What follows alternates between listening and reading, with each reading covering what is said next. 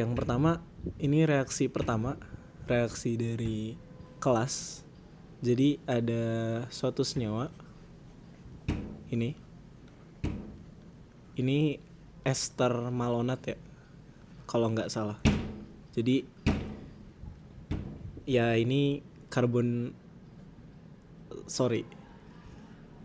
karboksilat awalnya, tapi kita buat esternya pakai etil, et itu etil. Nah, di sini dia direaksikan dengan basa NaOET, natrium apa ya? Ya OET sih etoksi ya. Ya apalah namanya. Pokoknya NaOET. Nah, terus ada reagen kedua, yaitu kalau nggak salah tadi gini ya. Ini ada Cl, ini ada Br. Nah, produknya apa? Oke, ketika kita ketemu soal, ya mungkin secara prinsip itu kita harus tahu dulu dia masuk reaksi kimia yang mana, kimia organik yang mana. Nah, bisa kita bilang anggap aja semua reaksi kimia organik yang bakal lo temuin itu hampir pasti asam basa atau elektrofil nukleofil, itu sama aja ya. Kita nanti bakal pakai elektrofil nukleofil aja biar kerasa organiknya gitu.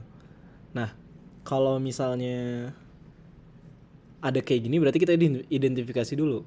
Ini kan reagennya ya, malonat.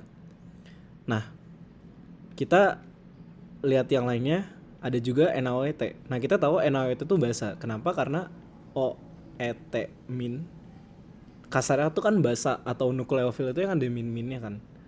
Nah, ya udah. Kalau kita punya reaksi asam basa, basa kan pasti bereaksi sama asam. Nah, sekarang kita tinggal lihat di reagen pertama ini itu basanya yang mana? Asamnya yang mana? Kita lihat kan nggak mungkin ya OET ini jadi asam. Asam tuh kasarnya ya H atau ya atau elektrofil. Bisa aja yang di sini C ini, 2C ini jadi elektrofil. Tapi ada juga opsi lain, yaitu H di sini. Ini kan ada H ya, ada 2. Nah, jadi kita sebenarnya punya 4 pilihan, mau asamnya yang mana aja atau elektrofilnya yang mana aja. Secara sederhana, kalau misalnya mungkin gampangnya gini deh. Untuk malonat, asumsiin aja udah pasti ke H gitu. Gak usah dipikirin dia bakal ke C karbonil yang gue biruin. Anggap aja pasti ke H. Ya kalau misalnya nanti salah ya udah, tapi most likely it will be hydrogen. Jadi pilih hidrogennya aja. Nah, ya udah. Kita tinggal reaksiin. Berarti OET ini sebagai basa dia bakal bereaksi ke H sebagai asam. Jadi ini panah reaksinya itu ke sini. Nah, kalau udah ke sini, H-nya kan mau diambil. Kalau H-nya diambil, otomatis H-nya harus lepas. Jadi iketan H yang di sini itu bakal lepas misalnya ke sini. Nah, kalau misalnya di sini ikatannya putus, pindah ke sini kan jadi rangkap. Nah, otomatis harus ada ikatan yang putus lagi. Jadi kalau misalnya gue gambarin step by step ya, itu ini gue bakal agak lambat karena ini video pertama. Mungkin kalau nanti bakal agak lebih cepet. Nah, kan kebentuknya di sini ya. Abis H-nya lepas, ikatannya itu kan pindah ke sini. Ini yang gue hijauin. Nah, tapi kita tahu karbon yang biru ini gue biruin ya, itu nggak boleh 5 ikatan. Kalau misalnya di sini ada rangkap kan jadi 5 ikatan. 1 di sini, 1 di sini, 2 di sini, sama 1 yang titik-titik ini. Karena nggak boleh 5 ikatan, maka harus putus. Jadi ini putus ke O. Kenapa putusnya nggak ke yang O bawah? Ya karena kan awalnya nggak ada ikatan. Jadi kasarnya kalau rangkap CO, kalau rangkapnya putus bakal ke O ya. Ya ini prinsipal sih, jadi bisa diingat. Nah, nanti bakal terbentuk senyawa kayak gini. ini O min, terus ini ada O, ini OET, ini OET. Nah, dari sini dia bakal bereaksi dengan alkil halida yang ada di bawah ini. Reaksinya 2 kali, tapi di sini ya gue kasih tau dulu ya produknya apa. Produknya itu dia bakal kayak gini, mungkin ya, tapi gue nggak tahu juga. Nanti kalian selesain sendiri aja. Oke.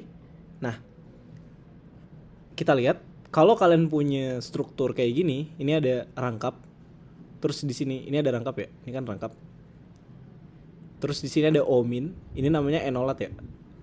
Jadi enol, N alken, ol alkohol, alkohol alkena, enolat karena dia ion. Itu reaksinya pasti gini ya mekanismenya. Jadi dari negatif ngebentuk rangkap lagi. Rangkap di sini pergi nyerang yang lain. Jadi ikatan rangkap itu basa. Atau nukleofil lah, bukan basa. Nah, negatifnya yang di O itu ngedorong. Jadi reaksi kimia bakal terjadi kalau ada yang ngedorong. Jadi terjadi dorongan. Nah, ini bakal bereaksi ke karbon biru yang ada di sini. Setelah reaksinya terbentuk, ini kan bakal balik rangkap lagi ya.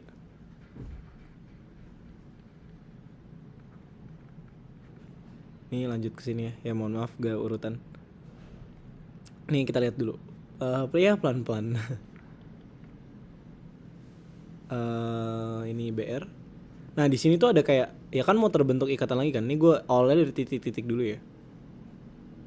Nah ini titik-titik akan terbentuk ikatan. Nah tapi lagi-lagi karbon yang biru ini dia itu kan udah 4 ya. Ini gue tandain pakai merah ya. Ini 1, 2 sama ada 2 hidrogen di sini. Dia nggak boleh berlima, karbon tuh harus 4. Itu udah aturan mutlak. Nah harus ada yang diputusin. Jadi ya sama kayak satu orang maksimal 4 cewek. Kalau ceweknya 5, satu harus diputusin. Gak gitu ya, tapi maksudnya harus ada yang dihilangin. Nah yang dihilangin itu yang mungkin.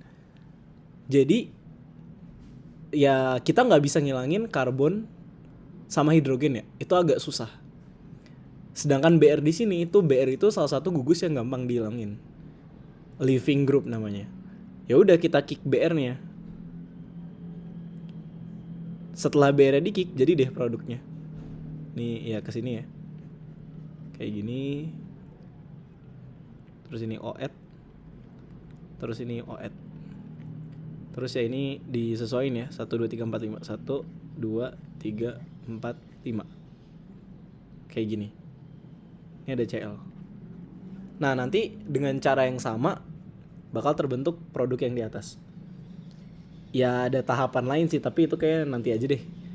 Cuman kalau misalnya di ujian ya, lu mau jawab kayak gini nih, kayak gini doang nih produk yang gue kotakin hijau ini.